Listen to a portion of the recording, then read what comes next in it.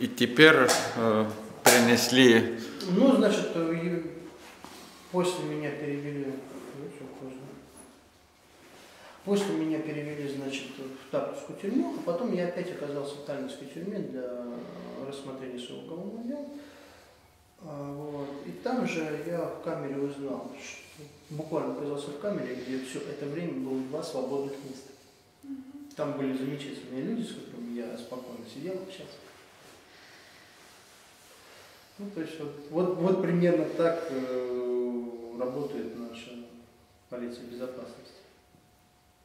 В это время, кстати говоря, когда я был в этой сумасшедшей камере, я провел один допрос в здании полиции безопасности, объяснил ситуацию, насколько там тяжело. Ну, офицер Капо мне пообещал, что он что-то сделает, ничего не было сделано. По большому счету было определенное жесткое давление, такое, что, я не знаю, ну просто чтобы мы сломались, потому что с нас уже получить было нечего, мы поняли, что мы не... Психологически сломались. Просто чисто психологически сломались. На самом деле просто пребывание в тюрьме уже сильно психологически удар.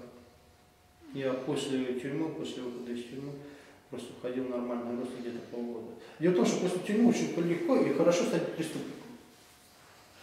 Просто изумительно. Все, тебе ничего не страшно. Тебе правда не страшно, ты пересек. Ты знаешь, что такое там тюрьма, что такое камера, что такое закон, там, всего этого мира, ты знаешь людей, тебя знают, там позже туда заедешь, там все будет нормально, как говорится, все ровно будет по жизни. И тебе не страшно. И тебе легко. Но это если ты преступник. А вот если ты простой человек, ты понимаешь, что у тебя немножко, ты неадекватно воспринимаешь окружающий тебя мир. То есть ты не можешь быть в социуме. Ты не можешь быть членом социума. Тебе абсолютно непонятны все эти проблемы людей какие-то там, еще чего. Они настолько маленькие становятся у тебя. Это то же самое, что человек, пришедший с войны. Господи, да я жив, люди, что вы тут, какие тут кредиты, какие тут проблемы, какие тут интриги, все. Солнце есть, воздух чистый, горизонт, я вижу горизонт, вот к нему идти, да что мне еще надо, мне больше ничего не надо. В принципе, ты тогда был как называемый политический заключенный, да?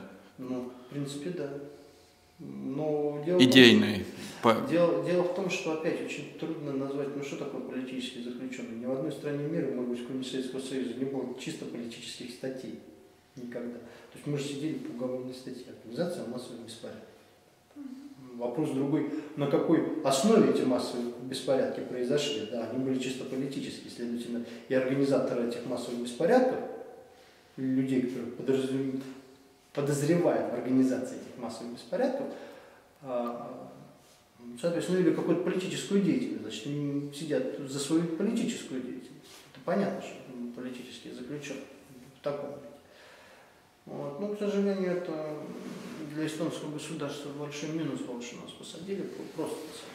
Если бы они не посадили, то было по-другому даже в нашей жизни. А сейчас, конечно, все изменилось, очень сильно изменилось. Я, честно скажу, я в какой-то мере, конечно, жалко этих 7 месяцев. Ну, ребенок очень сильно подвергся просто. Психологический стресс был, когда я вышел из тюрьмы, то есть все это спало, у нее все эти эмоции вышли из нее, это было все тяжело. Но с другой стороны, я скажу, что я очень сильно изменился после тюрьмы. Изменилось мое мировоззрение, я после тюрьмы познакомился с огромным количеством просто интереснейших людей, с которыми никогда не смог повстречаться до. Это самое важное. Вот это самое важное. Все, что было в тюрьме, было в тюрьме. Сильнее стал закаливаться. То есть, на самом деле, катя полицей, почему они, скажем, меня не Дмитрия Виктора вот так напрямую не трогают, да, вот там какие-то слежки, это все, там не вызывают на допрос, ничего. А я с ними уже, мне с ними не интересно. Они для меня уже не стали теми противниками, я их не боюсь. Мне с ними скучно. Вот если там было бы ФБР или ФСБ, и мне светила либо Лубянка, либо Гуантанамо, да, вот тут, конечно, уже было страшно, тут было неинтересно. А Катя полицей уже все дети, вот скучно, пускай так и сдать, скучно. А какие у тебя теперь планы? Планы. все у нас план, у нас все равно суд продолжается. 24 марта, новое судебное заседание в 10 утра будет. Это пока основной план. В это время, ну, сейчас буду работать здесь общественной деятельностью, заниматься стану. Работать в русской общине, пытаться ее как-то структурировать, чтобы она была все-таки более-менее не маргинальной, хотя бы вывести из маргинального поля, которые туда зашли после демонтажа памятника. У нас впереди выборы в Европейский парламент, выборы в местные органы власти. Я не гражданином не собираюсь становиться, но я поддержу тех единомышленников, которые пойдут и в Европарламент. А ты гражданин России или? Нет, я сейчас не гражданин. У тебя такой этот серый паспорт, да? Серый паспорт, но я приму. А это с собой у тебя этот серый? Нет? Нет. Я приму обязательно российское гражданство, но дело в том, что как я приму российское гражданство, есть опасность того, что я просто в Эстонию больше не въеду. Поэтому я пока... Что тебя не пустят? Меня просто не пустят в Эстонию. А есть такие случаи, что после больше не пустят? Нет, я могу просто описать случай с собой. Дело в том, что каждый раз, когда я прохожу границу, мой паспорт вставляют в компьютер, и там нет у меня никаких данных. После звонка в соответствующий куда-то там звонят, в компьютере появляются на меня данные, и все. Ну а теперь представьте, что у меня будет российский паспорт, со мной даже разбираться не будут, закроют паспорт и вышлют меня обратно на российскую границу, сказав, что все, ваших данных нет, ну да, у вас вид на жительство стоит, да, не поддельный, все мы понимаем, идите разбирайтесь там в консульство Санкт-Петербурга или в посольство в Москве, и все. И я уже никуда не выйду. Точнее, не въеду в Эстонию. Я, может быть, въеду по этому паспорту в Латвию, но в Эстонию не въеду. А семья, все подобное, это ничего не значит? Ну что, ну нет, конечно, через суд где-то там я добьюсь всего этого становлюсь, но это же уйдет время какое-то. Я здесь буду вне общественной жизни. Вот в чем дело. Ведь наш арест заключался только в том, чтобы Рева и Линдер оказались вне общественной жизни. Я не понимаю, зачем они Марка арестовали. Вот. Но они, наверное, плохо с чувством юмора. Они правда думали, что типа пойдет убивать. Вот.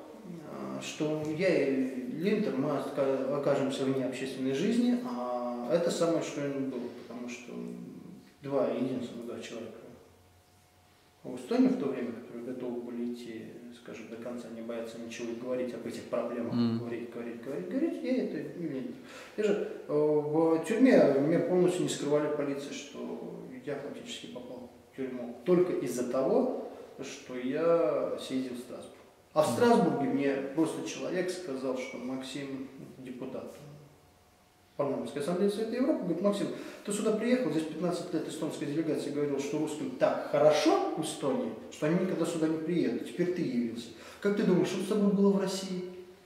Я говорю, ну, наверное, посадили. А ты думаешь, эстонское государство такое дурное, тебя не посадят?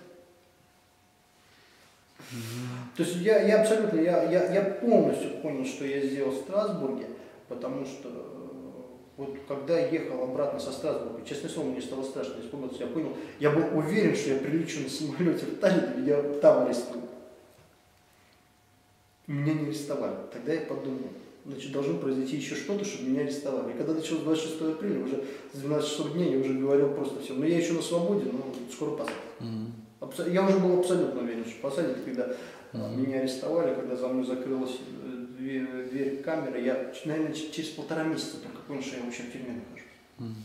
До этого времени у меня голова работала, что-то мысль, что-то писал, там читал. Я не находился в тюрьме. И только потом я успокоился. Ой, это ж тюрьма.